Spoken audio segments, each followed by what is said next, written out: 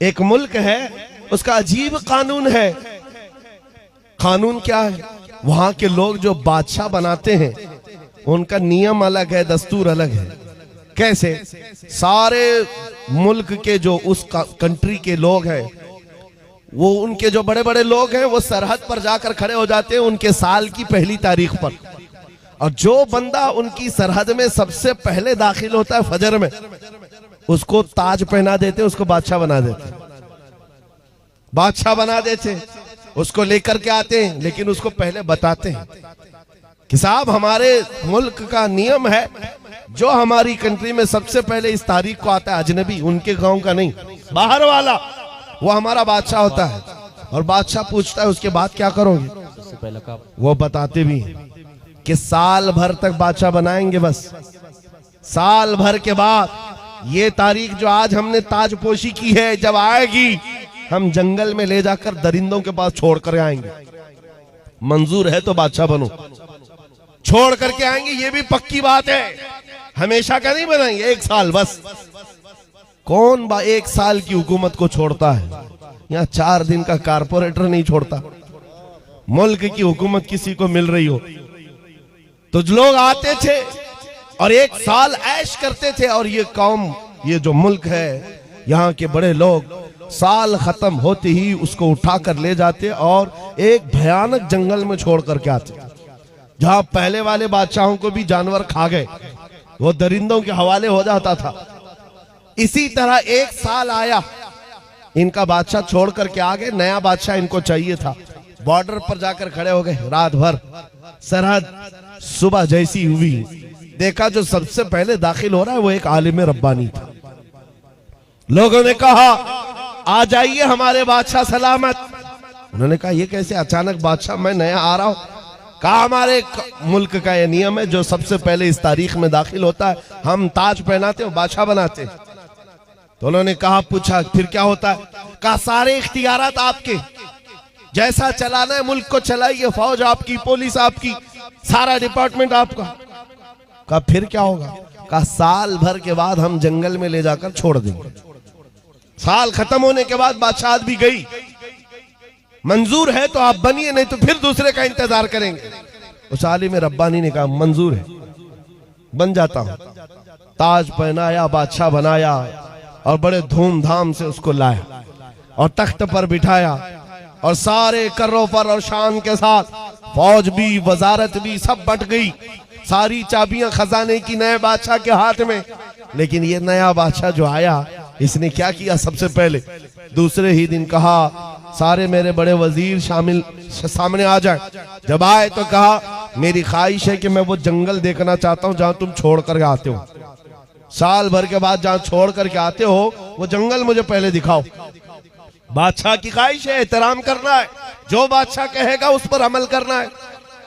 ले गए लोग, जा करके देखा इस बादशाह ने तो भयानक जंगल था, बहुत सख्त तरीन जंगल है, कांटे भरा हुआ जंगल, और पुराने बादशाहों की खोपड़ियां, हड्डियां पड़ी हुई हैं, दरिंदों की आवाजें आ रही।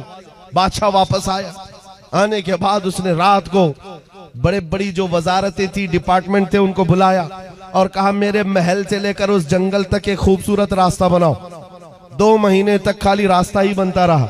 और जब खूबसूरत रास्ता बन गया तो फिर बादशाह ने बुलाया वजीरों को, कहा उस जंगल में जितने कांटे के झाड़ियां हैं सबको खत्म करो, जितनी हड्डियां पड़ी हैं सबको निकालो। 2 महीने तक वो भी सफाई करता रहा। उसके बाद फिर 4 महीने गुजर गए तो बादशाह ने कहा यहाँ पर फूलों के दरख्त उगाए जाएं, खुशबूदार पौधे बसाए जाएं, और वो भी कर दिए गए। फिर बादशाह ने कहा मेरी ख्वाहिश है कि यहाँ एक अच्छा महल बनाया जाए। अच्छा महल, वो भी 2 महीने में महल भी तैयार। बादशाह ने कहा मेरी ख्वाहिश है कि यहाँ एक नाला बहाया जाए, यानी एक हाउस बनाया जाए। महल के अतराफ बागीचा लगाया गया, फूल पौधे सारी चीजें। ये बादशाह कुछ किया ही नहीं, साल भर वो महल ही बनाता रहा। जहां ये लोग छोड़ के आने वाले थे उसको बदल ही डाला।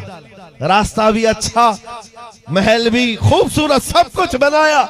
अभी 8 दिन बाकी थे, रोज इंतजार कर रहा था कि कब साल खत्म होगा, मैं जाऊंगा, छोड़ करके आएंगे।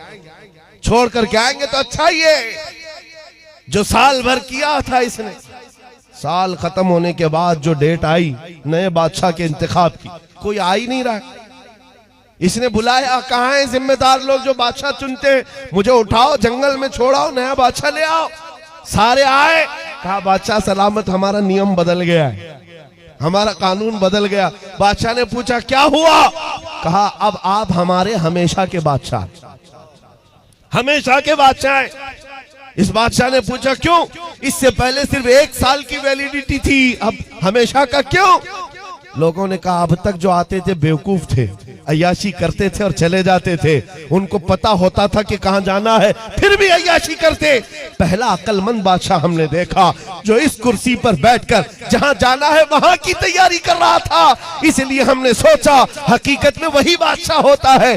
इस वाक़े को लिखने के बाद मौलाना जलालुद्दीन रूमी कहते हैं, ऐ नादान तू क्या समझ रहा है, ये दुनिया के अफ्रीका और अमेरिका के किसी मुल्क का किस्सा है? नहीं, ये पूरी दुनिया का कानून है। जब तू पैदा होता है लोग तेरे इंतजार में खड़े रहते हैं, जब तू आता है तुझे बादशाह बना लेते हैं, तेरे इर्द गिर्द तेरे दोस्त अहबाब बनते चले जाते हैं और तुझे बार बार बताया भी जाता है चंद दिनों के बाद तुझे कंधे पर उठाकर उस कब्रिस्तान में छोड़ दिया जाएगा जहां हड्डियां पड़ी हैं पुराने लोगों की, जहां कांटे की झाड़ियां भी हैं। ये सब चीजें सुनाई जाती हैं और उसके बाद जब तेरा इंतकाल होता है ये लोग तेरी बादशाहत खत्म करके ले जाते हैं और छोड़ आते हैं, फिर नए बच्चे का इंतजार करते हैं। मौलाना रोम फरमाते हैं लेकिन इस रूए जमीन पर कुछ अक्लमंद बादशाह ऐसे भी आते हैं जो बादशाह बनकर जीते तो है लेकिन जब तक कुर्सी पर बैठे होते हैं वो अपने दुरूद सलाम से, अपने नमाज आमाल से, अपने जिक्र अस्कार से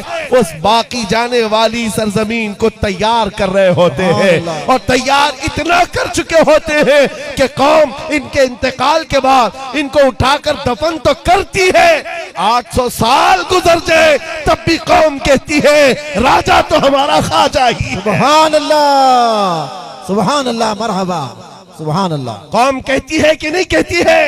राजा तो हमारा अक्लमंद बादशाह जिसने जिंदगी में बैठकर इश्क़ रसूल पिलाया और आखिरत की तैयारियां की हैं, उसी को बादशाह बनाया जाता है।